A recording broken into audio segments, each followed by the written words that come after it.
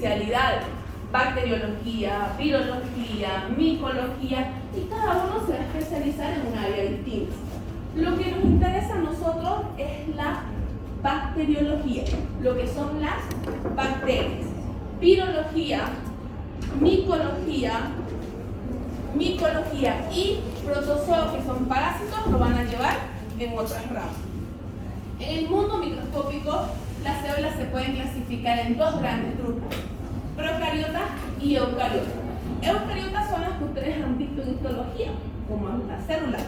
Pero a nosotros nos interesa la familia procariota porque ahí está nuestra bacteria. Y veamos la gran diferencia entre las dos. Una eucariota tiene organelos, retículos plasmáticos, aparato de Golgi, mitocondria, lisosomas, ribosomas, lo que ustedes conocen y lo que ustedes han visto en histología.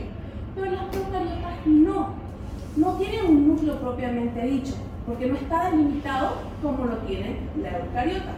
Entonces veamos las características propias de una procariota.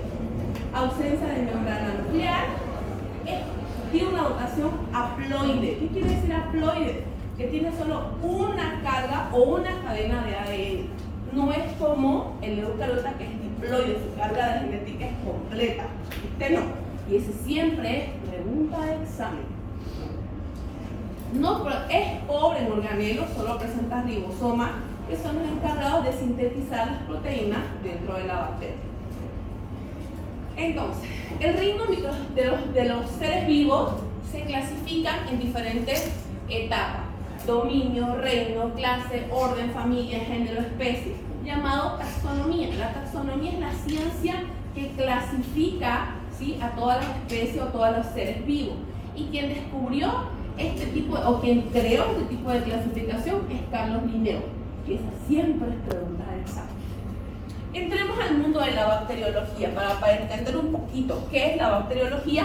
Entendamos la historia. ¿Quiénes fueron los principales científicos que aportaron algo muy constructivo en la bacteriología?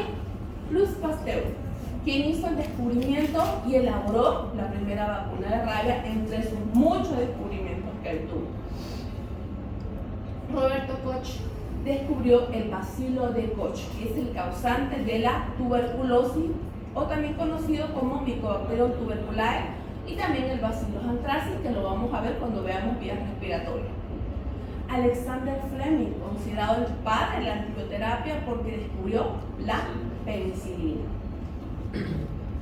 Anthony van Leeuwenhoek es considerado el padre de histología y creó el primer microscopio. Fue la primera persona que pudo visualizar una bacteria. Christian Ramm, gracias a él hay una clasificación de las bacterias, porque él notó que ciertas bacterias se pigmentaban de un color y otras bacterias de otro color. Entonces, ¿qué son las bacterias? Son microorganismos unicelulares, procariotas, ¿sí?, que pueden tener diferentes estructuras en su cuerpo: pared celular, membrana, citoplasma, flagelo, ¿sí? Pero vamos a ver estas estructuras y vamos a entender cada una de ellas y su función de cada una de ellas. Ahí tenemos todas las estructuras que tiene una bacteria clásica, ¿ok? Pero tenemos ahí dos tipos de estructuras: estructuras obligadas, que la bacteria tiene que tenerlas sí o sí, si no, no vive. ¿Cuáles son? Pared celular, membrana celular, citoplasma y núcleo. Si la bacteria pierde uno de ellos, fallece. Y también tenemos los elementos los elementos facultativos, que si la bacteria lo tiene o no lo tiene, le es indiferente, pero si lo tiene, la hace más agresiva. Veamos cuáles son. Elementos obligados: pared celular, membrana citoplasmática, citoplasma, ribosomas que se encuentran en el citoplasma y un nucleoide. No le digamos núcleo porque no es un redondito por membrana, digámosle nucleoide. Elementos facultativos que la hacen a la bacteria más agresiva: cápsula, flagelo, fimbria, esporas, glicocalis, plasmido y transposones. Y vamos a ver cada uno de ellos. Veamos primero los elementos obligados. Pared celular. La pared celular es la capa más externa de la bacteria y vamos a encontrar entre sus funciones ¿Qué desea ya conseguir otra hora por ahora? ¿Listo? Ya. Le confiere rigidez, es responsable de la forma de la bacteria y lo utiliza como una barrera hacia agentes externos. Pero acá hay algo diferente que ustedes pueden ver. Hay una silla, corazón, la pueden sacar y se sientan a un ladito. ¿Ya? Pueden ver ustedes algo diferente aquí. Miren esta bacteria con esta de acá. ¿Ven esta gran cantidad y aquí una mínima cantidad? Eso se llama peptidoglicano y siempre es pregunta de examen. Hay ciertas bacterias que tienen una gran cantidad de peptidoglicano y hay ciertas bacterias que tienen una mínima cantidad de peptidoglicano. Gracias al peptidoglicano, la bacteria se tiñe de un color o de otro color. Las que tienen bastante peptidoglicano agarran la tinción de cristal violeta y se tiñen azul violeta y se llaman gram positivas. Las que tienen escaso peptidoglicano agarran la safranina y se tiñen de rojo, fucsia, rosado y se llaman gram negativas. Ahí tenemos las gram positivas, color lila, que tienen cristal violeta, y las gram negativas, que tienen la safranina y se tiñen de rojo o rosado. No todas las bacterias se tiñen con tinción de gram. Hay bacterias rebeldes que no la retienen la tinción de gram y se utiliza la tinción de Ciel-Nielsen. Es una tinción que fue descubierta por unos alemanes que, como vean ustedes los apellidos, hicieron el nombre de Ciel y de Nielsen y se llamó tinción de Ciel-Nielsen. Esta tinción se la utiliza para ciertas bacterias, ciertos bacilos llamados bacilos ácido alcohol resistentes, o también conocidos con la sigla de BAR, B-A-A-R. Eso lo vamos a ver más adelante. Pero ¿por qué estas bacterias son especiales? Porque en su pared celular tienen una capa de ácido glicólico que impide que la tinción de Gram penetre. Entonces, para teñirla necesitamos otro procedimiento, que es la tinción de Ciel-Nielsen, en la cual se calienta previamente la muestra para que la tinción de Ciel-Nielsen pueda penetrar.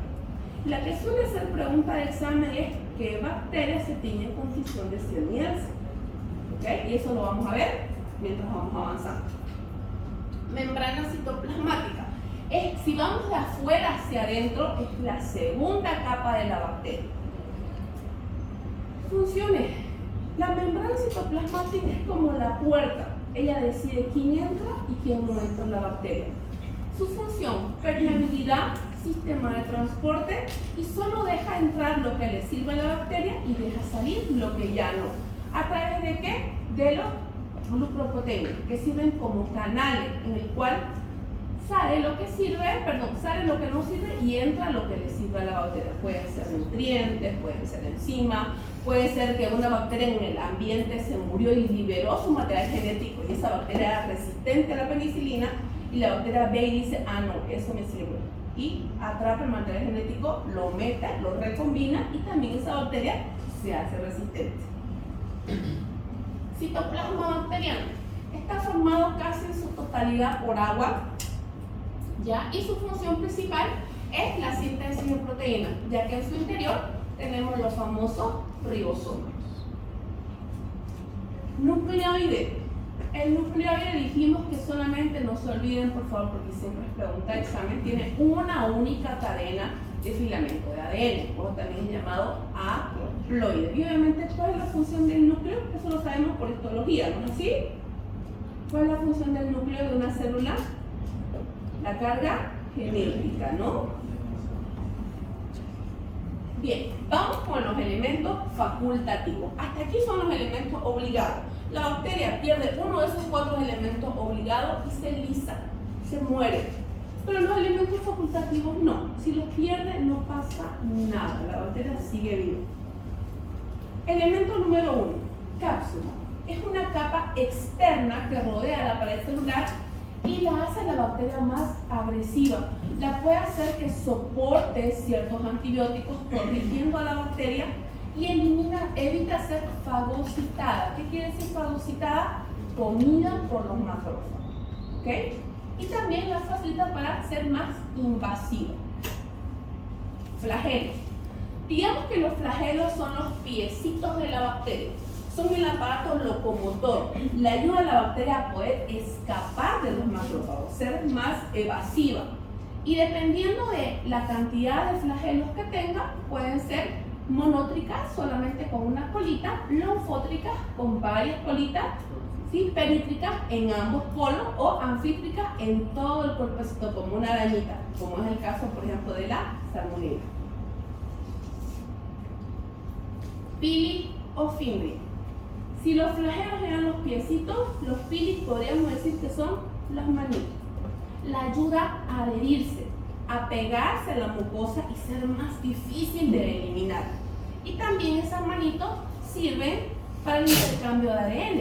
Si es que encuentra alguna carga de ADN que está volando en el espacio, ella la toma, la introduce y la recombina con su material genético. Licocáliz. El licocáliz son oligoproteínas que se encuentran en la superficie de la membrana. No tienen una función específica. Se dice que es como una función accesoria que ayuda en realidad, o colabora o regula las funciones que puede tener la membrana, que puede tener la pared. Entonces es más una función accesoria. Espora. La espora es un estado de resistencia que no lo tienen todas las bacterias. ¿Okay? Es un estado especial. Es cuando la bacteria está en un huésped, por ejemplo, y el huésped está desahuciado, se va a morir, y la bacteria se da cuenta y dice, bueno, aquí nos tenemos que ir. Entonces ella esporula, se forma una pelotita, porque sabe que con esa forma, si sale al exterior, va a sobrevivir a calor, desecación, ácidos desinfectantes y químicos fuertes por mucho tiempo, esperando pacientemente volver a ingresar a su siguiente huésped. Yo no sé si han escuchado la expresión, cuando ustedes se cortan y les dicen, tenés que ponerte antitetano. ¿Han escuchado? Tenés que ponerte la del tétano. Porque la bacteria del tétano, que es el Clostridium tetani, es uno de los que tiene esta cualidad. El Clostridium tetanis esporula, sale al exterior y espera pacientemente meses que ustedes se corten, porque esa es su vía de entrada al cuerpo. ¿Ok? Ahora, las bacterias se pueden clasificar de muchísimas formas, según su nutrición, según su fuente de oxígeno, según su forma, según su coloración y según su temperatura. Según su oxígeno, hay bacterias que necesitan oxígeno para vivir. Se les dice bacterias aeróbicas. Hay bacterias que no toleran el oxígeno. Se les dice anaeróbicas. ¿Okay? Pero hay un tercer grupo llamado anaeróbicas facultativas. Ellas han logrado adaptarse a los dos medios, con y sin oxígeno. Por su nutrición. Por su nutrición se pueden clasificar en autótrofas y heterótrofas, entre las cuales tenemos. Las autótrofas son las que se alimentan exclusivamente de fotosíntesis y quimiosíntesis. Y las heterótrofas de sustancias ya elaboradas, ya procesadas, fermentación. Según su forma. Las bacterias según su forma se clasifican en 5 grandes grupos y eso lo tienen que aprender. Cocos, bacilos, espirilos, espiroquetas y vibriones. Son los 5 grandes grupos en los cuales las bacterias se clasifican. Entonces ustedes miran, doctora, pero hay más de 5. Son subclasificaciones. Por ejemplo, el coco. El coco, si se agrupa en cadena, cambia su nombre. Se llama estreptococo. Si se agrupa en racimo, cambia su nombre. Se llama estafilococo. Pero sigue siendo un coco. Esa es su forma, un coco. Veamos uno por uno. Los cocos son estructuras redondeadas, ¿sí?, que se transmiten por el aire, miren de bonitos, son bastante resistentes y la mayoría son patógenos. Los bacilos tienen forma de bastones alargaditos, ¿sí? No son muy exigentes con sus nutrientes y son mucho menos resistentes. Estos suelen vivir de forma saprófita, o sea, sin hacer daño, sin molestar, tranquilitos. Espirilos, tienen forma de hélice, generalmente son bacterias que se encuentran en el tracto gastrointestinal y casi todos son flageladitos porque su función es huir, escapar. Espiroqueta, y esta suele ser pregunta de examen, tiene forma de sacacorcho, ¿ok? ¿Quiénes han tomado vino? Hay nadie. Mire, ¿saben la forma? ¿Han visto, no? ¿Cómo saca la ratita del vino? Sí, tiene forma de sacacorcho, no se vayan a olvidar. Son bastante móviles, tienen forma de hélice y son patógenos. Y por último tenemos los vibriones, que tienen forma de S o forma de coma, ¿sí? Y ahí tenemos uno de los principales de este grupo, es el vibrión cholerae, que es el causante del cólera. Ahí tenemos bacilos, tenemos subclasificaciones como el coco bacilo, que es como un coco, pero alargadito. Tenemos los vibriones, tenemos los cocos, los estáfilos que están en racimo, los estreptos que están en cadenita, las espiroquetas, los espirilos y los diplococos que se ponen en parejita. Estos, por ejemplo, los diplococos son el neumococo, pertenece a este grupo, y también la gonorrea. Siempre se ponen en parejita. Por su coloración, ya lo vimos. Christian Gram, no se olviden de eso porque siempre pregunta examen. Christian Gram fue el que descubrió que ciertas bacterias se pintaban de un color y ciertas bacterias de otro. Y eso debido a qué dijimos? Al péptidoglicano. Siempre es pregunta de examen. Las gram positivas tienen bastante péptidoglicano, ¿sí? Y por eso se tiñen lila, azul, violeta, morado. Las gram negativas tienen escaso péptidoglicano y se tiñen rojo, rosado, fucsia. Ahí tenemos una clasificación de las tinciones de ciertas bacterias, si son gram positivas o son gram negativas. Cuando ustedes empiecen a exponer de cada bacteria que ustedes presenten, me tienen que decir, uno, si es una gram positiva o una gram negativa. Dos, ¿qué forma tiene? Si es un coco, si es un bacilo, si es un espirilo. Tres, ¿qué elementos facultativos? Si es flagelado, si es fibria, si es porula. Y cuatro, me tienen que decir si es aeróbico o anaeróbico. ¿Ok? Según su temperatura, según la bacteria soporte ciertas temperaturas frío o extremo, se llaman termófila, mesófila o psicrófila. Cuando ustedes miren Murray, chicos, hay ciertas cosas que no están en Murray, ¿ok? Por eso fue que les expliqué que unos vasos en diapositiva.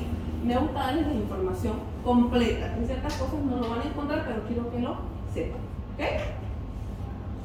Bueno, ahora sí, conozcamos más a la bacteria íntimamente. Vamos a ver curva de crecimiento bacteriano, cómo se replica la bacteria, dónde vive, cómo se transmite, cómo es su metabolismo y cómo es su fisiología bacteriana. Empecemos por el crecimiento bacteriano. El crecimiento o replicación bacteriana ocurre por un proceso llamado fisión binaria. Esa siempre es pregunta de examen. Fisión binaria.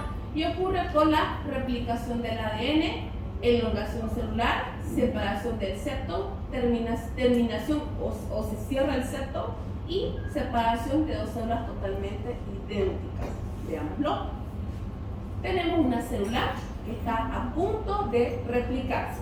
Duplica su ADN, su carga genética.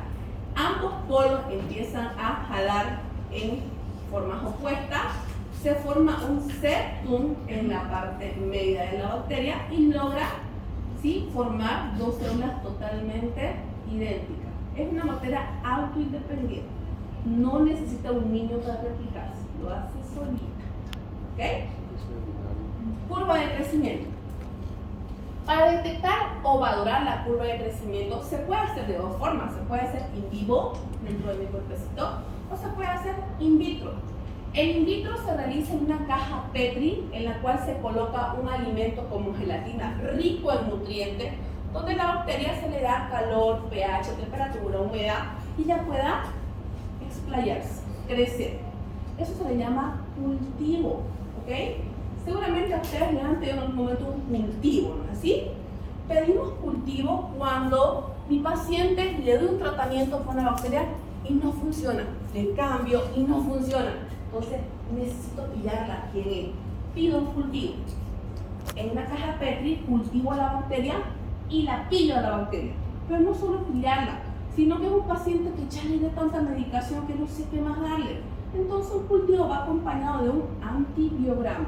¿Qué quiere decir? Que yo expongo a la bacteria a diferentes tratamientos y puedo observar a cuál la bacteria se muere. Entonces, ese es el tratamiento adecuado. Eso lo vamos a ver cuando veamos antibiograma. ¿Okay? Entonces, aquí se reconocen 4 fases cuando hacemos un cultivo. Fase de latencia, cuando la bacteria todavía no empieza a crecer, no empieza a reproducirse, pero sí a crecer. Quiero que entiendan la diferencia. Replicarse es cuando ya va formando hijito, pero crecer es cuando ya no se replica, pero sí crece de tamaño, se pone más gordita, más bonita, más grande, porque todavía no empieza la replicación. Esa es la fase de latencia. Una vez que la bacteria está segura que es un lugar donde puede replicarse, pasamos a la fase exponencial, la fase donde la bacteria empieza a replicarse con todo y empieza el crecimiento bacteriano. Pero llega un punto en que el nutriente empieza a agotarse, porque son tantas bacterias que el nutriente no alcanza para todas. Entonces la bacteria cesa la replicación, porque dice, bueno, hay que racionar, se está acabando la comida, no nos podemos reproducir más, los que estamos nomás somos los que vamos a estar. Entonces pasa a la fase estacionaria. En esta fase es donde se debe hacer el estudio de la bacteria, porque ese es el punto más alto donde la bacteria va a llegar. Y por último tenemos la fase de muerte o lisis bacteriana, porque el alimento se ha acabado totalmente. Para que esta bacteria crezca de forma óptima, tenemos que también darle el ambiente necesario, una buena temperatura, un buen pH, disponibilidad de agua, oxígeno si es aeróbica, tiempo y los nutrientes necesarios. Y esta bacteria con todo eso va a poder metabolizarse. Y las dos formas en cuales ella se metaboliza es por catabolismo y por anabolismo. Catabolismo donde ocupa bastante energía y anabolismo donde es la fuente de carbono. ¿Dónde se vive la bacteria? En todas partes. En todas partes encontramos bacterias, fuera y dentro del cuerpo. Pero no todas las bacterias son malas. Tengo bacterias que viven en mi cuerpo y me ayudan. ¿Okay? No todas las bacterias son dañinas. Por ejemplo, todas estas bacterias viven tranquilitas en mi cuerpo sin molestar a nadie. Como los lactobacilos, por ejemplo. Cuando ustedes tienen un proceso diarreico, ¿sí? Y en un proceso diarreico destruimos nuestra flora intestinal.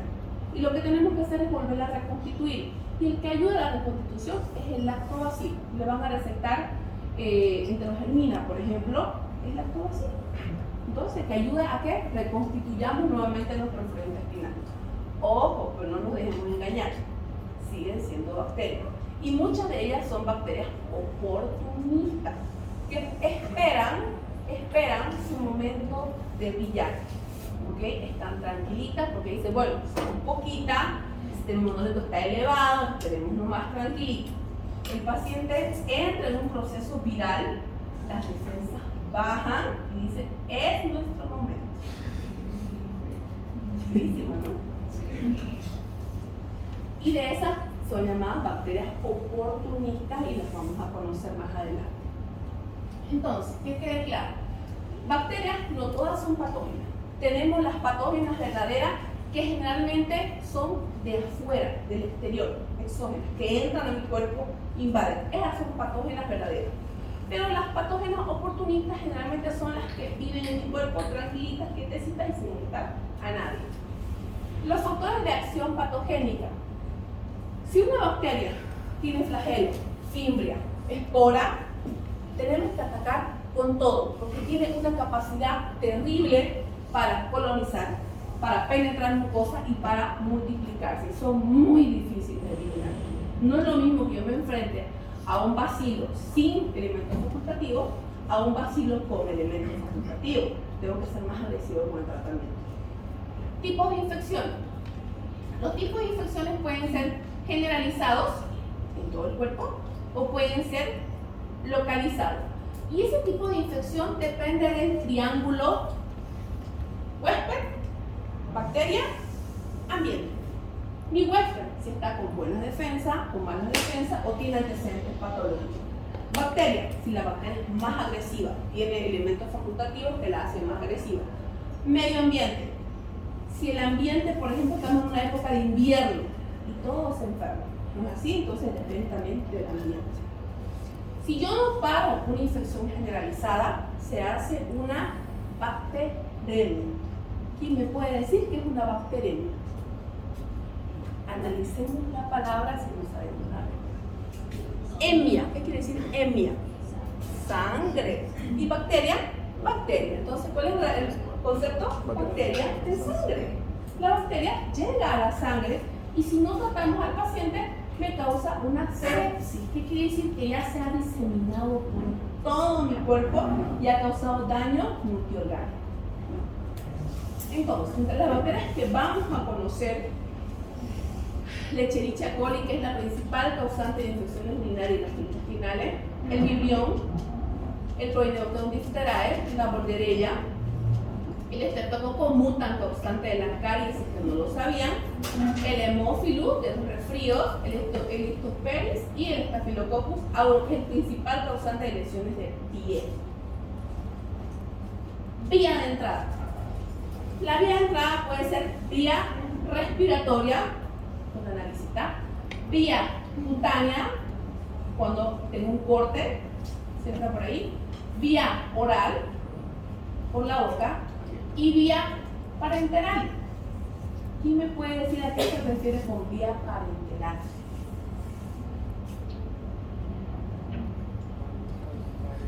Eso es para las personas que están internadas. ¿Por qué creen que a los pacientes que están internados se les debe cambiar, o es protocolo cambiar la vía cierto tiempo, o una sonda cierto tiempo? ¿Por qué? Porque las bacterias localizan que es una vía de entrada y con camino incluido, entonces por ahí entran las bacterias. Antes de que eso suceda, se debe cambiar cada 2 o 3 días las vías. No es porque nos encante hacerlo gastar al paciente, sino porque puede ser foco de infección. ¿Ok? Bueno, a ver si pusieron atención. Vamos, fase número 1, ¿qué se llama? Latencia. Fase 2. Fase 3. Fase 4. Muerte o lisis.